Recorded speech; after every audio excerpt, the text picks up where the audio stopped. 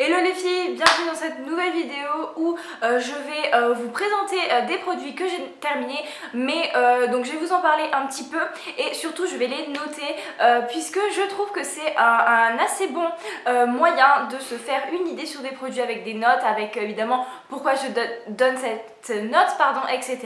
Et donc on va commencer tout de suite parce que j'ai quand même pas mal de petits trucs.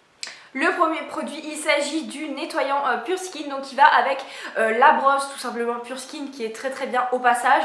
Ce gel nettoyant est un gel nettoyant comme les autres, il n'a pas de truc en plus, il n'a pas de truc en moins, donc tout simplement je vais lui attribuer la note de 7 sur 10 parce que ça fait son boulot mais sans plus.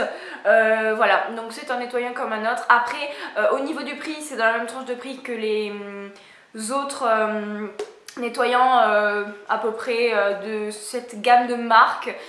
Donc dans une précédente vidéo, je vous avais parlé de mon amour pour cette marque de gel douche, donc la marque Cosmia, donc qui est une marque dérivée de Auchan.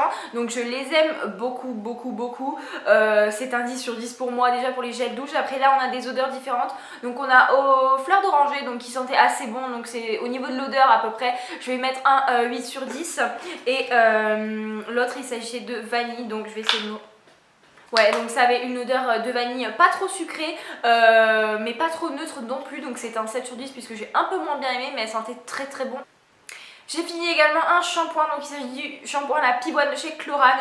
Donc maintenant je trouve en fait que les shampoings, que ce soit les shampoings de supermarché ou les shampoings un peu plus haut de gamme, ça ne fait pas vraiment de grand effet. Pour moi les meilleurs shampoings c'est les shampoings solides de chez Lush, voilà. Mais au niveau de l'odeur, il sentait la rose, donc c'est une odeur un peu lassante à la fin. Mais par contre, c'était un shampoing assez doux pour les cuirs chevelus assez sensibilisés. En même temps, c'est pour ça les cuirs chevelus irrités. Donc il était assez bien, je mets un 7 sur 10 parce que pour moi, il y a mieux. Mais sinon, c'est un très... Encore un autre gel douche et cette fois-ci c'est une petite déception, il s'agit du gel douche Ben & Merveille de Yves Rocher, c'est la collection de Noël de cette année et donc ça sent un petit peu donc les fruits rouges, mais d'où c'est une déception, ça sent très bon et tout ça, c'est un gel douche assez basique donc qui est assez bien. Mais pour moi en fait je trouve que Yves Rocher remet chaque année les mêmes odeurs dans leur gel douche, donc ça sent toujours la même odeur de fruits rouges et moi personnellement je m'en lasse. Donc c'est un 5 sur 10 parce que oui le gel douche est bien mais au niveau de l'odeur il y a... Dans la même gamme j'ai fini la toute petite crème pour les mains en 30 ml. Gros pouce en l'air pour ce petit format parce que c'est super pratique, ça se finit super vite parce que perso les crèmes pour les mains je m'en lasse vraiment assez vite, donc là ça évite de s'enlacer. L'odeur est la même mais en crème pour les mains, allez savoir pourquoi ça passe mieux, donc c'est un 8 sur 10 pour cette crème qui n'est pas du tout grasse et ça c'est vraiment un gros plus pour les... Dans les gels douche Cosmia il y en a un autre, il s'agit de celui aux minéraux marins, donc ça sentait... ça sentait clairement le gel douche d'homme, donc gros plus pour cette odeur, donc l'odeur 9 sur 10. Par contre c'est une texture gel et pas une texture crème et dans cette marque je préfère les textures crème. Donc un petit peu plus déçue par la texture mais bon l'odeur est vraiment... Je pioche encore un gel douche, il s'agit du gel douche Bora Bora de chez Manava, donc qui est la marque Repère. Donc il est dégueulasse, il sent...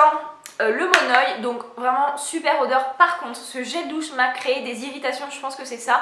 En fait c'est un gel douche gommant, donc je ne l'avais pas vu, je suis partie avec en vacances, je me dis monoeil ça va super bien sentir pour les vacances. Par contre comment dire, c'était en été, ça m'a agressé la peau de fou. Après je sais que c'est un peu ma faute puisque bon se laver tous les jours avec un gel douche commun c'est pas forcément recommandé. Bon les grains étaient quand même vraiment assez fins donc bon ça allait, mais bon ça m'a juste flingué la peau et c'est justement après ça que j'ai acheté le premier gel douche Cosmia, donc qui était pour réparer la peau et c'est là où ça m'a sauvé la peau. Mais vraiment j'avais la peau qui tirait vraiment beaucoup avec ce gel douche, donc je vous le recommande pas en tant forcément que gel douche quotidien. Par contre sinon pour une fois de temps en temps pour un petit peu gommer parce que c'est vraiment pas un gommage, il est assez bien, l'odeur sent assez bon, c'est pas un truc de fou mais l'odeur sent assez bon donc je mets quand même un... Autre gel douche gommant, cette fois-ci chez Yves Rocher, il s'agit de celui à l'abricot, je crois qu'il est plus du tout commercialisé, alors du coup je vais pas m'attarder dessus. C'est pas du tout un bon gel douche gommant parce que on peut pas trop l'utiliser en gel douche parce qu'il y a quand même des grains, on peut pas trop l'utiliser en gommage parce que les grains ne sont pas assez gros, donc pour moi c'est une petite déception, surtout que l'odeur on s'en lasse très très facilement, donc pour moi c'est plutôt un... On va passer aux après-shampoings. J'en ai un donc à l'olive de chez Garnier. Donc je trouve pas que ce soit forcément des après-shampoings super bien. Ils laissent les cheveux doux, ils font leur job. Donc pour moi c'est un 6 sur 10 parce que ça fait son job d'après-shampoing. Mais bon, l'odeur n'était pas forcément folle. Et puis bon, les... Maintenant on va parler non pas d'un produit mais d'une petite brosse. Donc c'est une brosse de chez Kiko. Je l'ai remplacée tout simplement parce que j'ai acheté ma brosse électrique donc de chez quelle marque c'est Nivea. Et donc c'est une brosse qui m'a coûté environ 10 € je crois que c'est chez Kiko.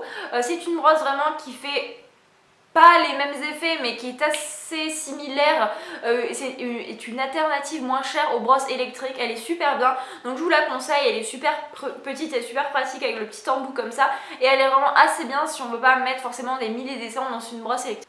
On va parler de 3 crèmes pour les mains de chez Yves Rocher. Celle-ci c'est un petit format de la crème clémentine et épices de chez Yves Rocher d'une collection limitée de Noël. Il me semble cette odeur est juste affreuse, elle pue la mort. Je déteste cette odeur donc vraiment ça 0 parce que je vous la recommande vraiment pas. Et les deux autres par contre 10 sur 10 c'est les petites crèmes comme celle-ci, elles coûtent pas cher, elles pénètrent vraiment très bien dans la peau. L'odeur noix de coco vraiment divine et l'odeur vanille encore plus donc celle-là 10 sur 10. J'ai terminé un fond de teint, il s'agit du Naked Skin de chez Urban Decay. Ça fait assez longtemps putain que je l'ai terminé maintenant que je le vois. Mais il était pas mal, c'est pas une couvrance folle, c'est une couvrance légère à moyenne. Je l'aimais pas mal pour l'été, il était assez bien.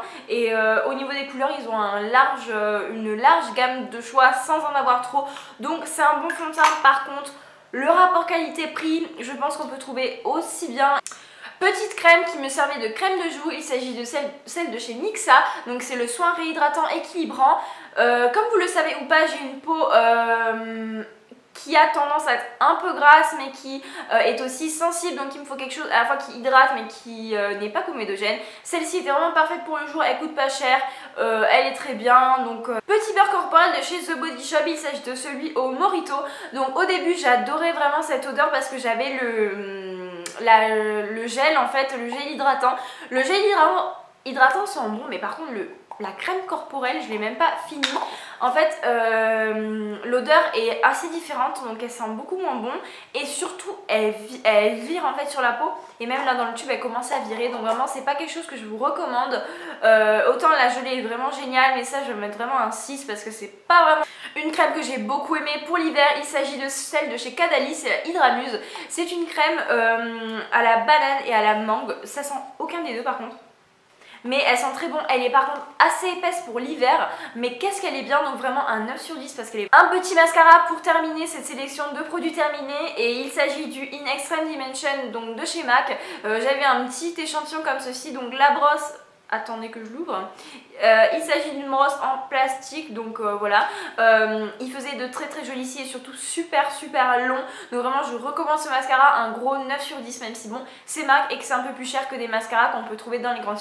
Voilà tout le monde, j'espère que cette vidéo vous aura plu. N'hésitez pas à me dire dans les commentaires quels sont vous les produits que vous avez terminés et quelles notes vous leur donneriez. Et jusqu'à la prochaine vidéo, je vous dis bye.